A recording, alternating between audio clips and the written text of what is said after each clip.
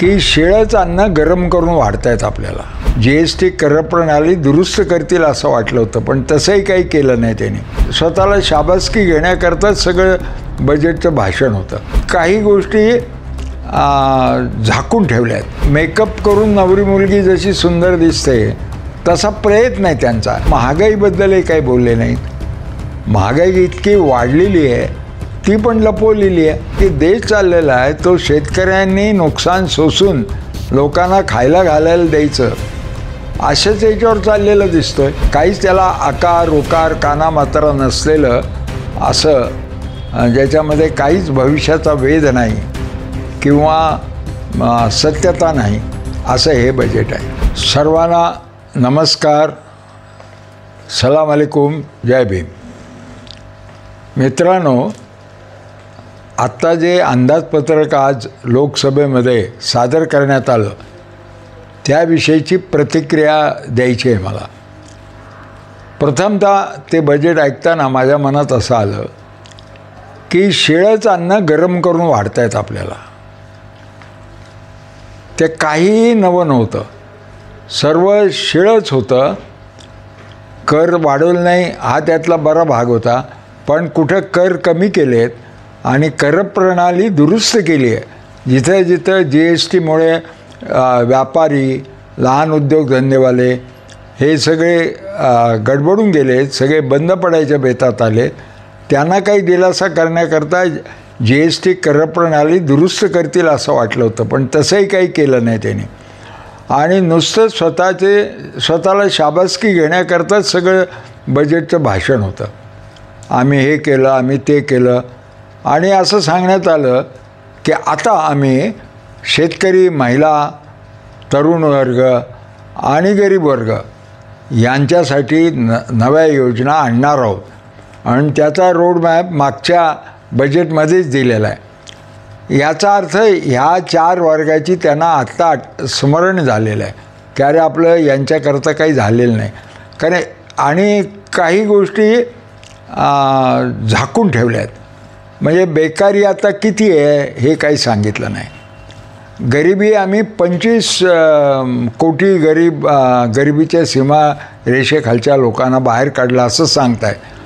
पण त्याचबरोबर हेही सांगतायत की आम्ही 80 करोड लोकांना 5 किलो धान्य देणार आहे, रेशन पुरवणार आहे. आता मग गरिबीच्या रेषेखालचे लोक तुम्ही बाहेर काढले आणि मग एवढ्या लोकांना जवळजवळ निम्म्याच्या वर लोकसंख्येला म्हणजे 50-60%, 50च्या वर 5 किलो रेशन का देतात? त्याचा अर्थ असा आहे की 5 किलो रेशन मिळायलासुद्धा ते मोताद झालेले आहेत. तेवढंही त्यांना मिळत नाही. तर त्यांना खाण्यापुरतं तुम्ही देत आहात असं 50-60 करोड लोकांना तुम्ही देता आणि परत म्हणता आम्ही गरिबीच्या सीमारेषेखालच्या लोकांची संख्या कमी केली. तर हा सगळा खोटं बोलण्याचाही भाग आहे, मुलामा देण्याचा आहे. आणि मेकअप करून नवरी मुलगी जशी सुंदर दिसते तसा प्रयत्न आहे त्यांचा. तरी काही त्याच्यातलं क्रौर्य आत्तापर्यंतच्या 10 वर्षाचं झाकलं जात नाही. 10 वर्षामध्ये जे त्यांनी केलं त्याच्यामध्ये सगळा आता कर 4-5 पट वाढला पूर्वीपेक्षा. म्हणजे त्याप्रमाणे यांच्या सगळ्या स्कीम पाहिजे ना, नियोजन पाहिजे खर्चाचं, ते कमी दिसतं आहे.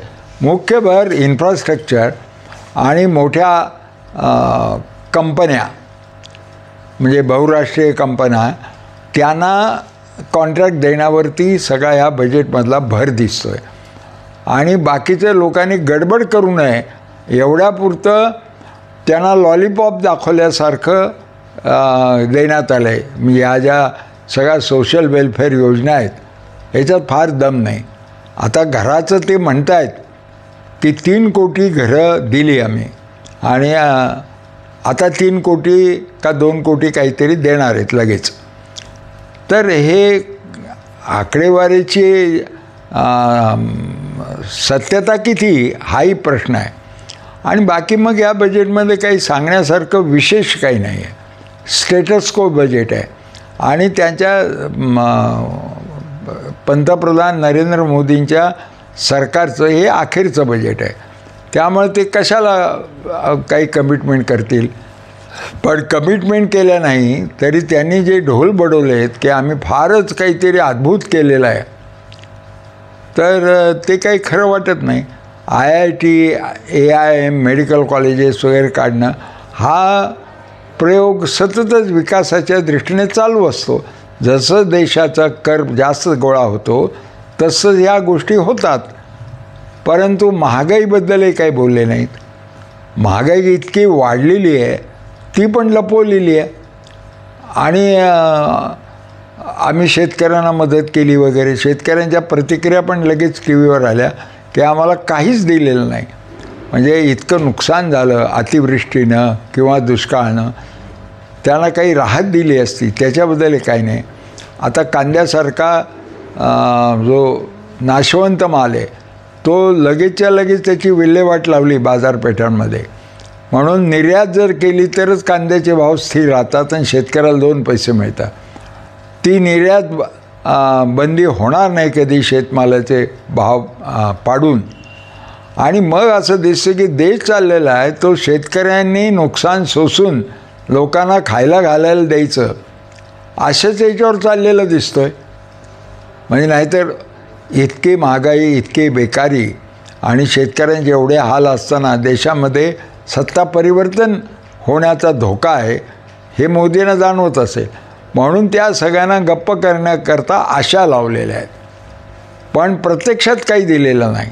असं हे एक काहीच त्याला आकार उकार कानामात्रा नसलेलं असं, ज्याच्यामध्ये काहीच भविष्याचा वेध नाही किंवा सत्यता नाही, असं हे बजेट आहे.